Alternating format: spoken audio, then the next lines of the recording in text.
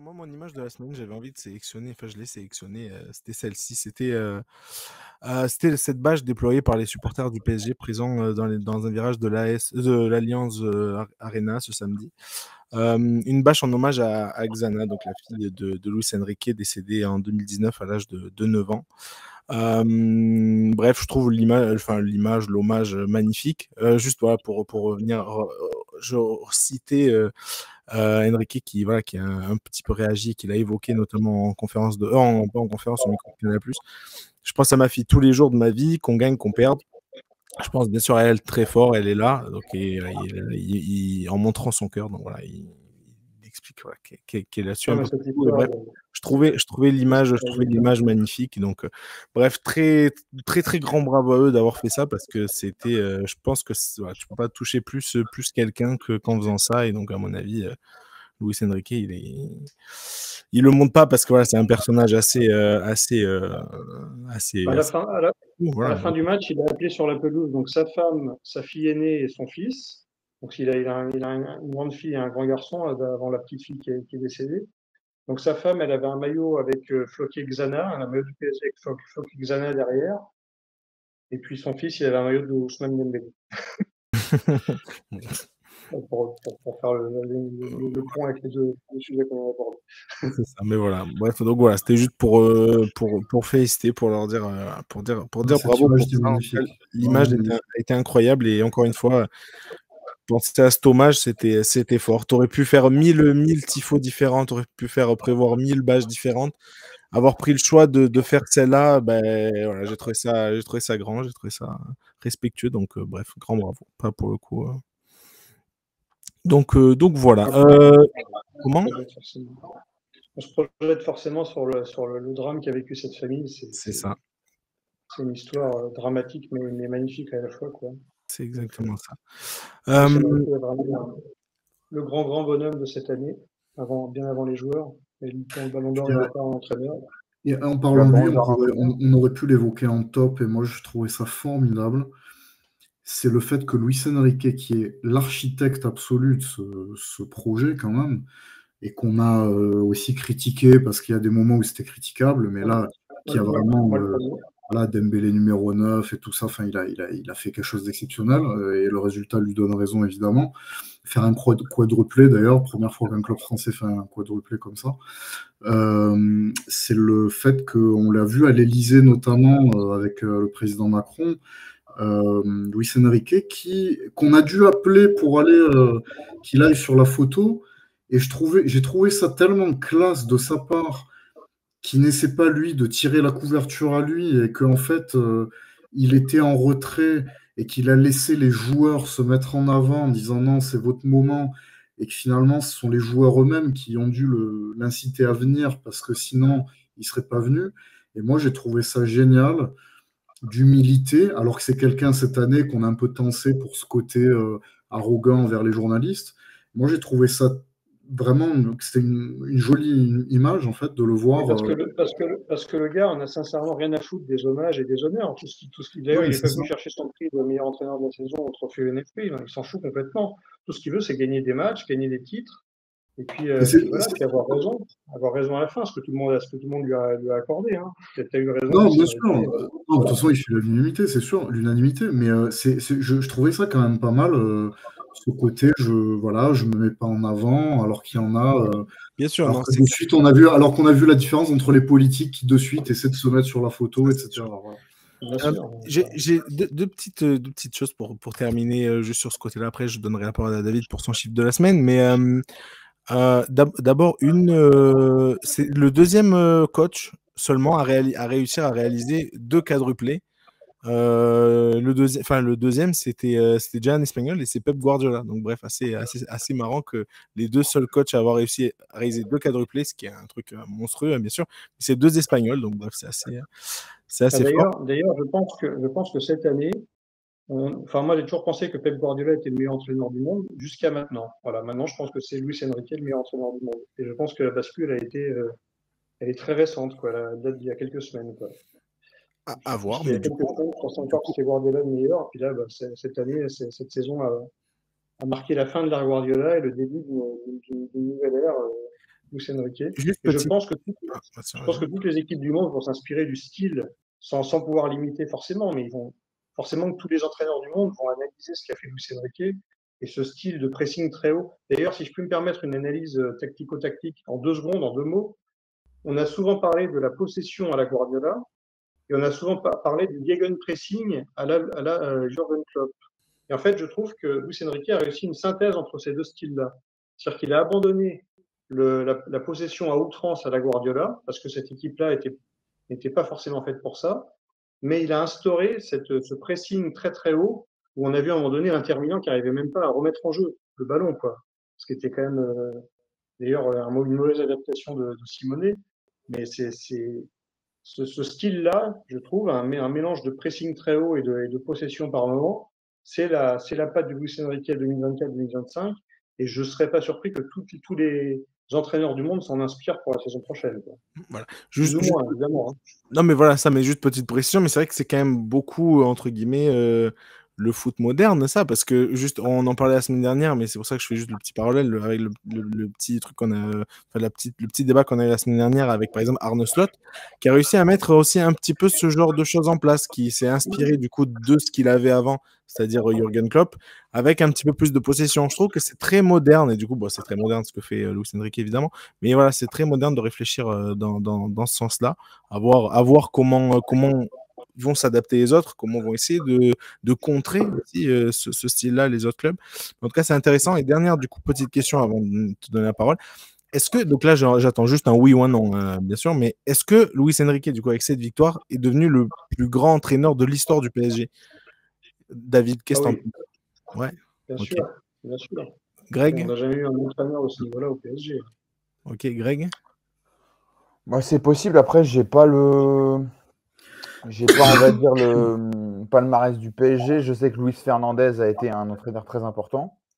Maintenant, après, c'est vrai que c'est le premier à ramener la Ligue des Champions, à faire un quadruplé avec le PSG. Donc, forcément, ça le met tout en haut de la liste. Ouais. Et Nico, rapidement.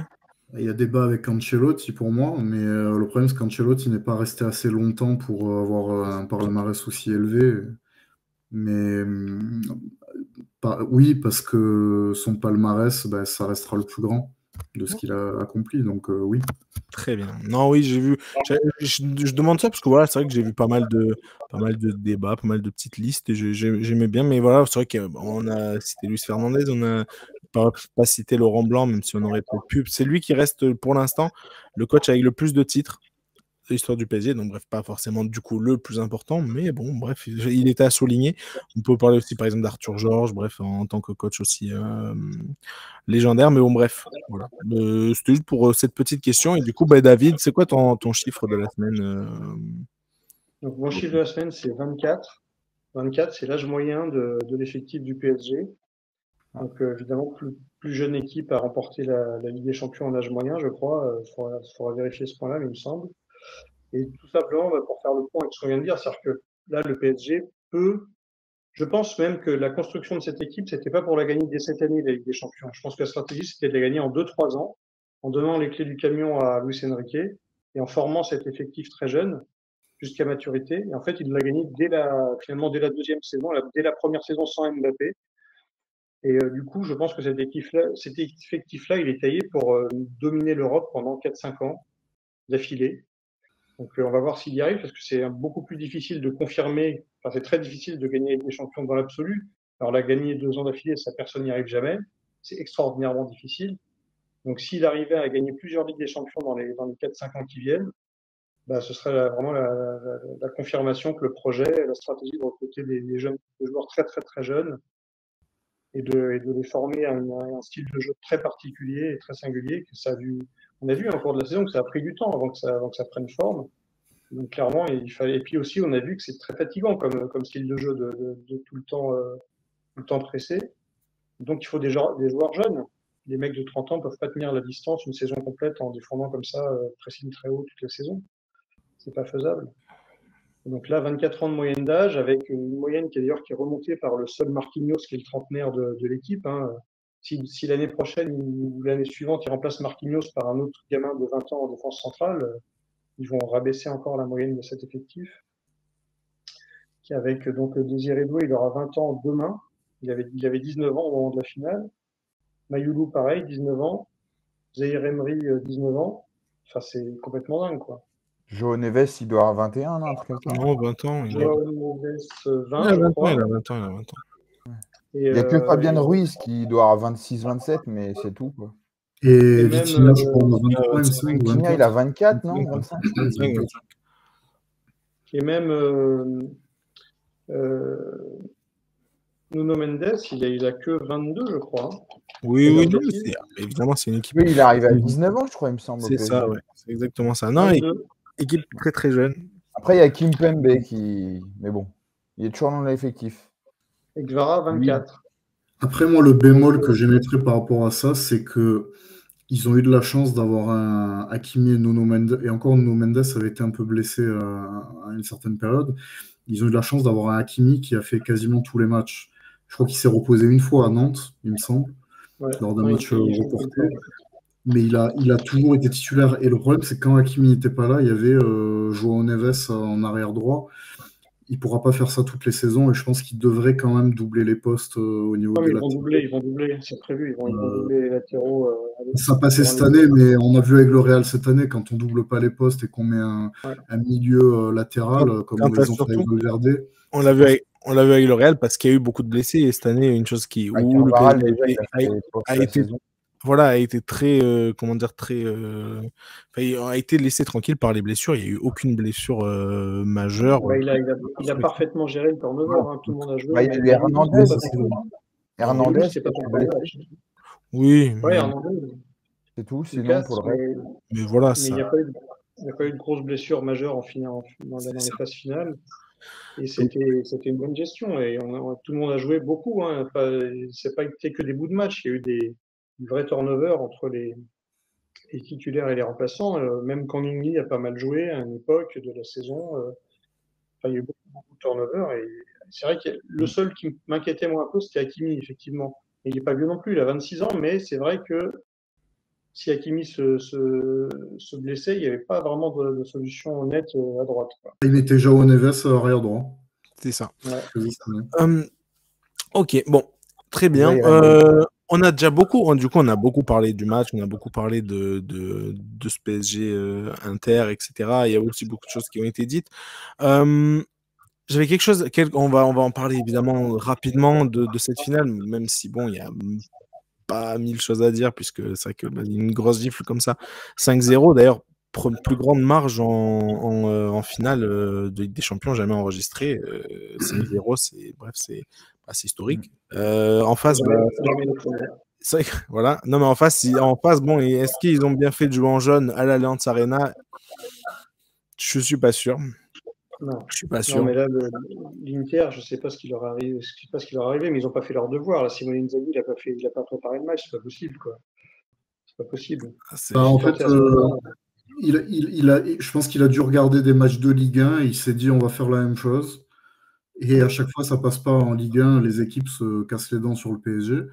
Parce qu'ils pensent qu'en défendant, ils vont garder le 0-0 à la 60e. Mais seulement quand vous avez 1-0 au bout de même pas 10 minutes, un quart d'heure, et après, c'est fini. Et c'est la première fois aussi dans l'histoire, on parlait de 5-0, mais c'est aussi la première fois dans l'histoire qu'il y a 2-0 au bout de 20 minutes. Bref. Il n'y avait pas eu ce là pour la finale entre Liverpool et l'AC Milan, où il y a eu 3-0 à la mi-temps. Il y a eu 3-0 à la mi-temps, mais il n'y avait pas 2-0 au bout de 20 minutes. Je ne crois pas. Il y a eu 3-0 à la mi-temps, ça c'est sûr. Mais je crois que petit détail important, le premier but, c'est en attaque placée. Parce que le problème du PSG, c'est qu'ils ne marquent jamais en attaque placée. Mais là, justement, ils ont réussi à marquer en attaque placée avec un très mauvais positionnement je crois que c'est Di Marco qui couvre Hakimi sur le hors-jeu. Normalement, il devrait être hors-jeu, Hakimi, à cet endroit-là, à ce moment-là. Mais il est couvert. Ouais, mauvaise défense. Très mauvais alignement en défense. Et voilà, et c'est sur une attaque placée qu'ils marquent finalement. Ils arrivent à se faire 3 passes dans la surface de réparation. Juste pour revenir à ce que disait Greg, le deuxième et le troisième but donc, de Crespo sont marqués à la 38e et 44e minute. Donc, ouais, c'est. Bref. Toute fin de mi-temps. Il y avait deux. Moi, il y a 0 en 20 minutes. Je me posais une question. Parce qu'en fait, Inzaghi, tout le long de la saison, a souvent fait tourner en championnat et souvent mis son équipe type en Ligue des Champions. Et en fait, le dernier match à Côme, où ils vont gagner et où le Napoli gagne aussi, c'est pour. En fait, il met pratiquement. Bon, Lautaro, normal, il est un peu blessé, mais il met pratiquement une équipe B. Et je me pose la question si. Parce qu'en fait, on avait l'impression que l'Inter était pas là ou manque de rythme. Je me pose la question si ça a peut-être pas, en fait, plus plomber son équipe, parce que ça veut dire que pendant 2 semaines, tes titulaires n'ont pas joué. En plus, tu as la déception d'avoir perdu un titre qui te tendait les bras. Donc, je me pose la question, est-ce que ce turnover, parce que vous dites que Inzaghi n'a pas préparé le match, machin, à ce niveau-là, c'est pas possible, forcément. Mais est-ce que c'est peut-être pas le fait que, qu'en fait, finalement, il a fait tourner face à Côme, il n'y avait pas d'autres matchs, et peut-être que les mecs, pendant 2 semaines, ils n'ont pas joué, et c'était peut-être, ils étaient peut-être en manque de rythme, j'en sais rien. Ah oui. Une équipe de trentenaires, pour le coup, autant le PSG était jeune, autant l'Inter était un peu vieux, quoi. C'était 30 ans d'âge moyen, et un match comme ça, une telle intensité, effectivement, c'était un peu en manque de rythme, tu le payes, c'est sûr.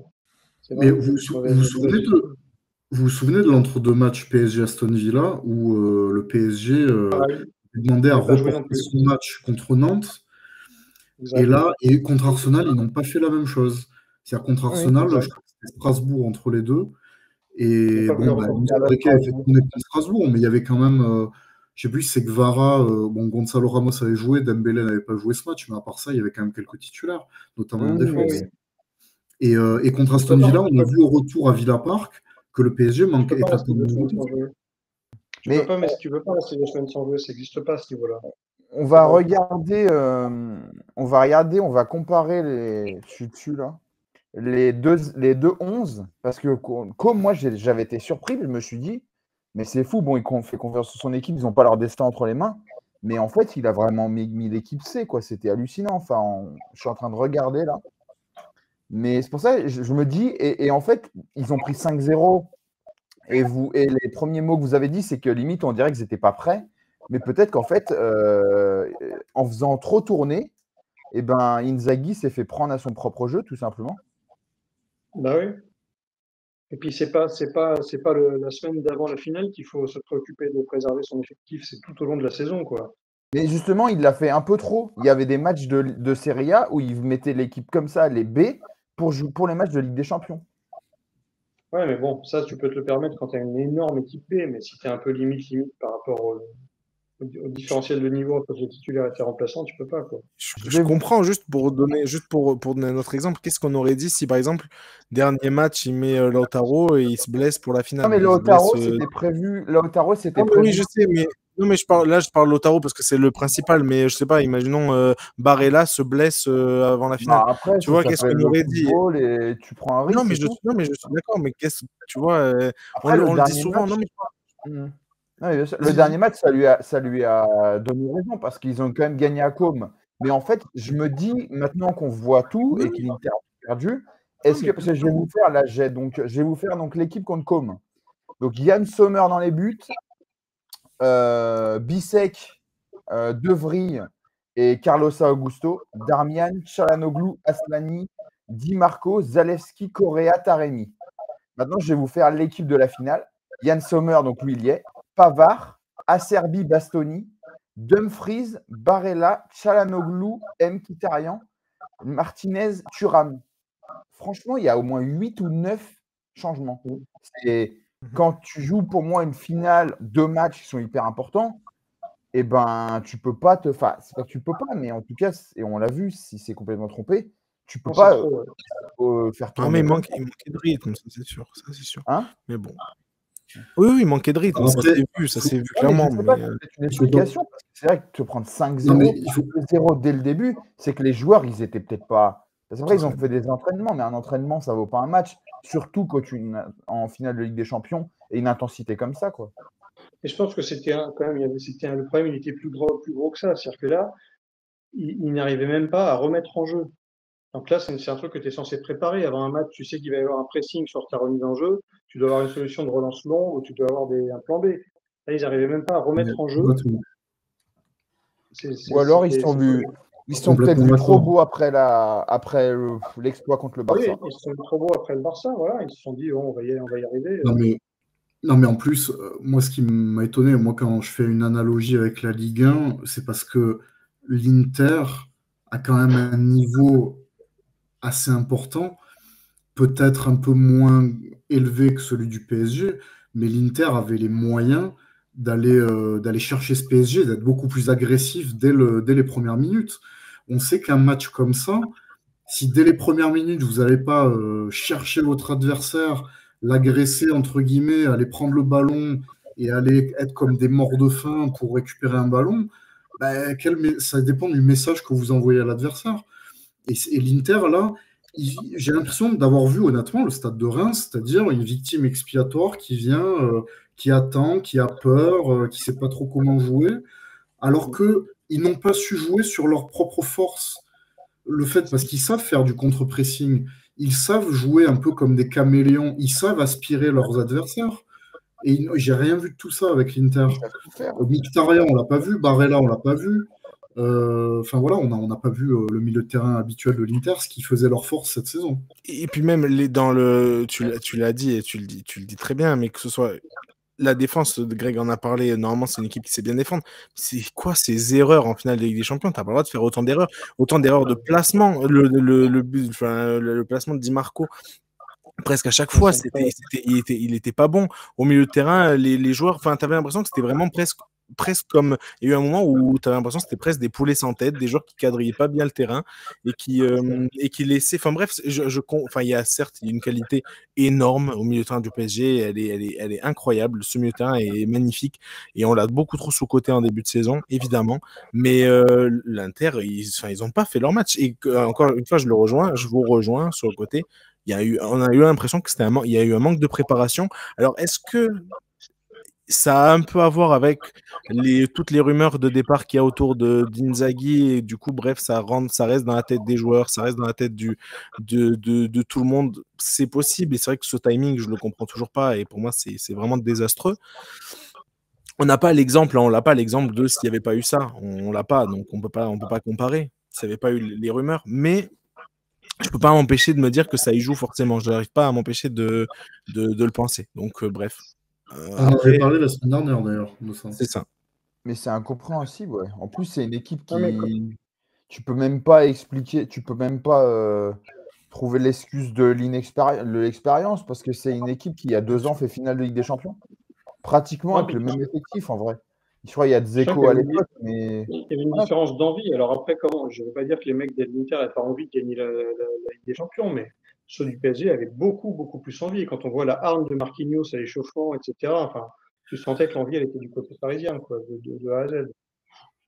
Moi, honnêtement, quand j'ai vu cette finale, ça m'a fait un peu penser à France-Argentine jusqu'à la 80e, sauf qu'ils ne nous ont pas mis 5-0. Mais c'était le même type de match où il y avait une équipe qui était morte de faim et l'autre qui subissait de partout, qui prenait l'eau. Et c'est vrai que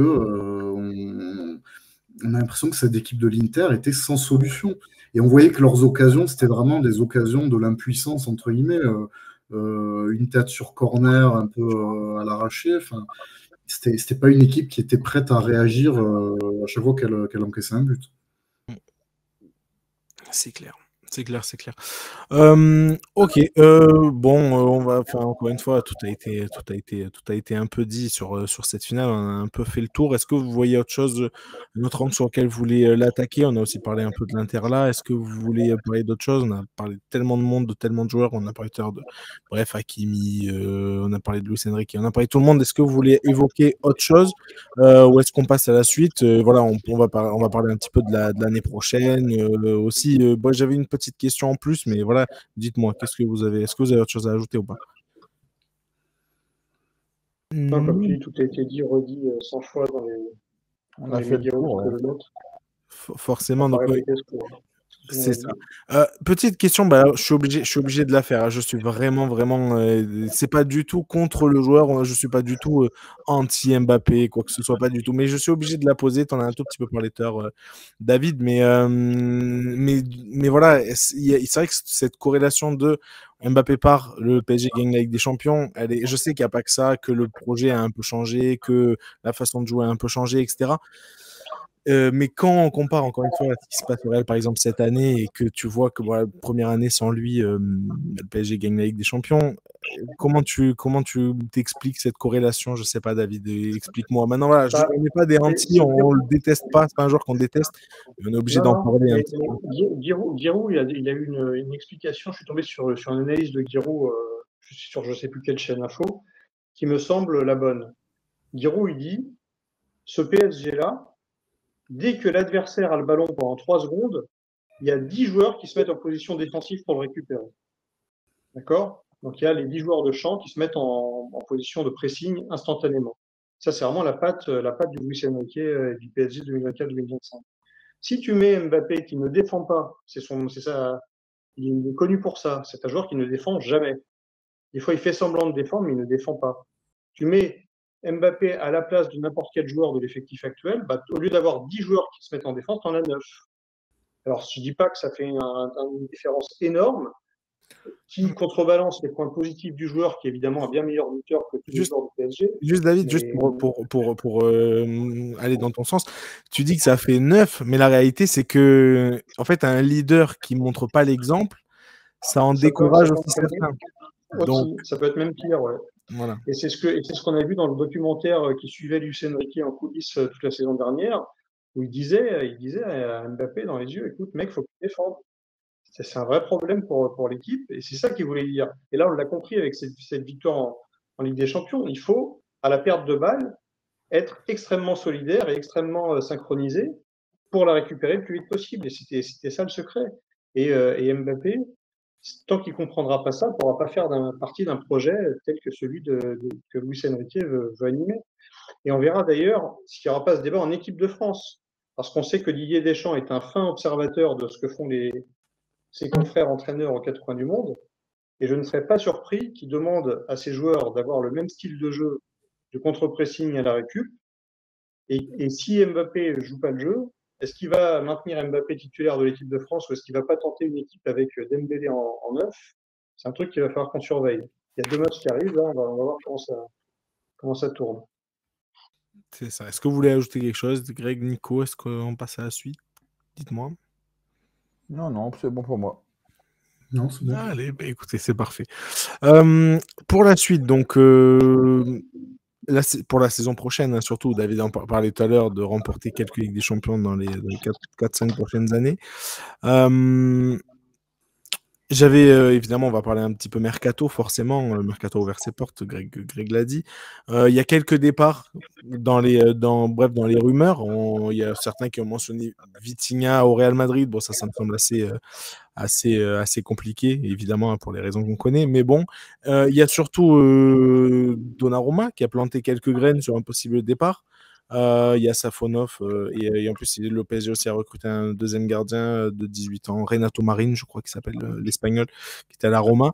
Mais voilà, il a planté quelques graines. Il y a aussi un possible départ de Marquinhos. Voilà, certains en parlent de ça. Qu'est-ce que tu en penses, Nico? Est-ce que le PSG ne devrait absolument pas toucher à l'effectif? Est-ce que s'il y a ces 2-3 joueurs qui partent, est-ce que c'est grave? Je sais pas. Marquinhos, tout dépend de son niveau de motivation. S'il a toujours faim de trophée, moi je pense qu'il faut le garder parce que ça reste un taulier de cet effectif. Ça reste quand même le joueur le plus expérimenté qui a tout connu, la remontada, les meilleurs comme les pires moments au PSG version Qatari. Maintenant, je pense quand même que de toute façon, chaque année, pour chaque effectif, il faut un petit peu régénérer, apporter un petit peu de sang neuf et voir surtout, est-ce que les joueurs qui jouent moins comme Kang In-lee ou Gonzalo Ramos sont toujours motivés pour rester? Est-ce que Luis Enrique veut les garder? Ça, à mon avis, ça va être les questions qui vont être posées parce qu'autant Vitinha et João Neves sont indéboulonnables, quid de Fabiano Ruiz? Je pense qu'il va rester, mais bon, il va falloir quand même peut-être apporter du 109 pour le turnover durant la saison, et notamment au poste de latéral droit pour faire reposer Hakimi quand il en aura besoin. Et Donnarumma, faut voir, parce que je me demande si c'est pas une façon aussi de faire remonter les enchères pour obtenir un meilleur contrat. Faut voir ça aussi. Parce qu'il est en fin de contrat en 2026, Donnarumma. Voilà, et que lui, on sait qu'il est en pleine négociation pour éventuellement renouveler. Et on sait que le Paris Saint-Germain, a priori, c'est soit il part cet été en obtenant une indemnité de transfert, soit il prolonge, mais évidemment en ayant le meilleur contrat possible. Donc on sait très bien que de toute façon, après un titre, il y a toujours ces petites incertitudes. Après, moi, je comprendrais Marquinhos, qui éventuellement pourrait se poser la question de savoir, comme il a tout gagné avec le PSG désormais, de voir s'il voudrait peut-être chercher un challenge ailleurs, dans un autre pays. Mais s'il a toujours faim, qu'il a toujours envie, bah, moi, à mon avis, ce serait bête de ne pas lui faire prolonger l'aventure, si tant est qu'il soit motivé de continuer, évidemment, parce que s'il est fatigué mentalement, je pense que ce serait bien pour lui de partir. C'est ça. Greg, un peu même question pour toi. Pour l'année prochaine, on recommence. Moi, je vais répondre à Nico déjà, parce que j'ai des infos sur le cas Marquinhos. Voilà. Je sais qu'en fait, logiquement, il devrait rester au minimum une saison, pour la simple et bonne raison qu'en fait, il veut être à 100% et prêt pour la Coupe du Monde 2026. Et donc, en fait, pour lui, rester une saison, bah, il serait sûrement titulaire.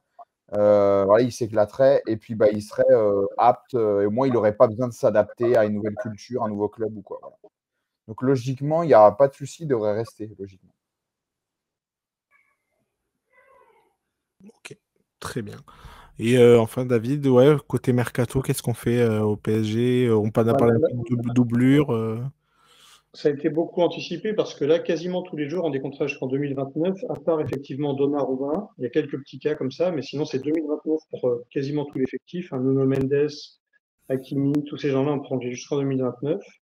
Donc il reste effectivement le cas Marquinhos, mais Marquinhos, tant qu'ils n'ont pas recruté son remplaçant, non seulement recruté, mais formé. Donc il faut recruter le remplaçant et le garder un an à cohabiter avec Marquinhos pour que Marquinhos lui apprenne le boulot. Donc ça va pas, ils vont pas laisser partir Marquinhos comme ça. Je pense paradoxalement, hein, le joueur qui pourrait tenter de vendre, alors on parle pas les remplaçants évidemment qui auront leur bonne sortie, hein, Gonzalo Ramos, Kangini, ces joueurs-là ils vont pas les retenir. Mais par contre, paradoxalement, dans les méga stars, il y a un joueur qui pourrait peut-être être amené à être laissé partant. Et je vais vous surprendre, ça pourrait être Ousmane Dembélé. Pourquoi? Parce qu'il est un poil plus âgé que les autres, qu'il est au maximum du maximum de sa valeur, et que c'est pas forcément le plus difficile à remplacer, paradoxalement. Bon, en termes de talent, il est irremplaçable, mais en termes de poste, c'est pas le plus difficile à remplacer, au contraire d'un Marquinhos, par exemple. Donc peut-être, s'ils ont envie de faire un gros coup financier, mais ils s'en foutent les Qataris de faire un gros coup financier, ils veulent garder l'effectif, un point c'est tout.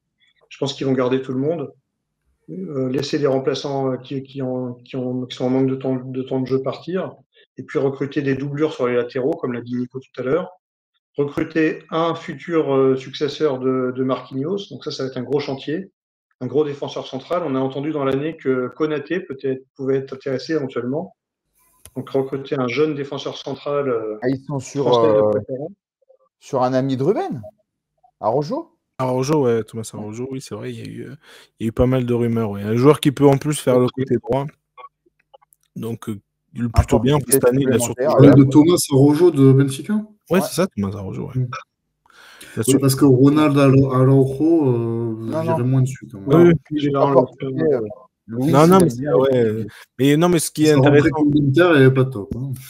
En plus, non, mais ce qui aurait pu être intéressant avec cette cible-là, comme bref, on a mentionné Greg, c'est juste que voilà, c'est un joueur très à l'aise, notamment pour jouer à droite aussi. En tant que défenseur droit, cette année, Alexander Ba, il a été blessé toute l'année, il s'est fait croiser. Il a joué toute l'année ou presque, 6 mois. Il a joué couloir droit, enfin bref, mais il a fait plutôt bien. Bon, c'est pas aussi offensif, aussi clinquant que Hakimi, mais ça reste plutôt solide et ça offre la possibilité à João Neves de rester au milieu et de pas forcément bref, se mettre côté droit. Mais non, ce serait une piste intéressante, ça c'est sûr. Moi, pour revenir sur ce que disait David, je trouve pas l'idée farfelue de vendre Dembélé, d'autant plus qu'il y a un joueur qui pourrait correspondre, pas forcément le même profil, mais qui prend les espaces, c'est un joueur comme Alexander Isak.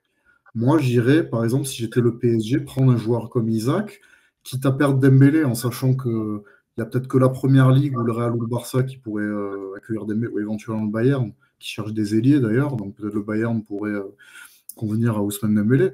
Mais s'il voulait vraiment faire un coup et vendre Dembélé, moi, s'il y a un joueur sur lequel je me positionnerais si j'étais Luis Campos et Luis Enrique, ce serait Alexander Isak.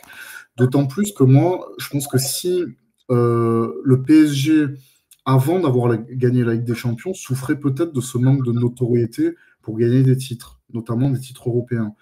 Je pense que cette idée, ce fait, en fait, cette victoire en Ligue des Champions donne une 100% de légitimité au PSG, finalement, de se hisser au niveau du Bayern, au niveau des meilleurs clubs anglais, pour attirer des joueurs comme ça, qui sont des top joueurs de Première Ligue.